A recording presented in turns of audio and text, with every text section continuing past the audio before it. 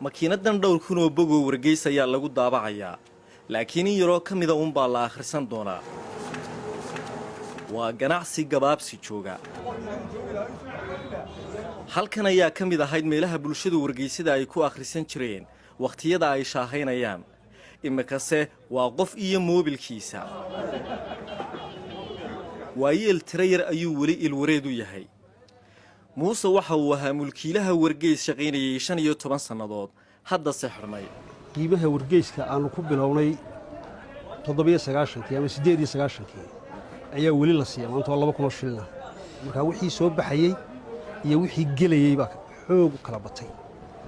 laba waxay si kaba raaciyay social media tiradooda oo badatay oo imka qaybo badan ay ka baxeen laftoodu qayb bay ka tahay.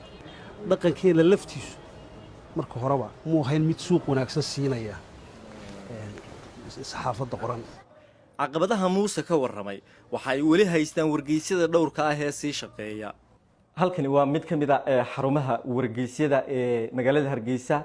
hadda shaqaaluhu hawshii bay ku mashquulsan yihiin. waraysiyadii ay qaadeen iyo wararkii maanta ay duubeen ay ugu talagaleen in berritooda wargeyska ay ku soo baxaan.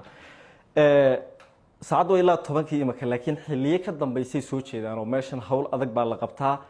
hawsha ay qabanayaan marka la eego haddana kama soo baxdo dhaqaale noloshooda iyo qoysaskooda shaqaalahan ku filan, laakiin way dadaalayaan. hoos u dhaca ku yimi wargeysyada sababteedu kuma eka tiifiyada batay iyo baraha bulshada ee la bartay. siyaasadda dawladdu waa sabab kale oo wax weyn u dhintay. waxaa jiray mas-uuliyiin badan oo hay-adaha warbaahinta Somaliland oo xilligii xisbiga kulmiye mucaaradka ahaa taageerayaal u ahaa. markii uu guuleystay waxa dhacday in mas-uuliyiin badan ay ku biireen hay-adaha dawladda oo xilal loo magacaabay. taasi waxa ay saameyn toos ah ku yeelatay madax bannaanidii hay-adaha warbaahineed ee ay mas'uul ka ahaayeen. sababtoo ah qofkii marka xil dawladda looga magacaabo hay-addii warbaahineed ee uu gacanta ku hayeyna waxay dee u gacan gelaysaa ama la aragti noqonaysaa ama ugu yaraan ay ka gaabsanaysaa inay wararka dawladda ka dhanka ah qorto. taasi waxay meesha ka saartay markaa dhexdhexaadnimo badan oo hay-adaha warbaahinta ah.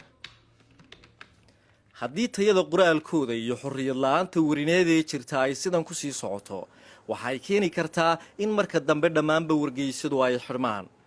Sidiiq Maxamed Burmad, BBC Hargeysa.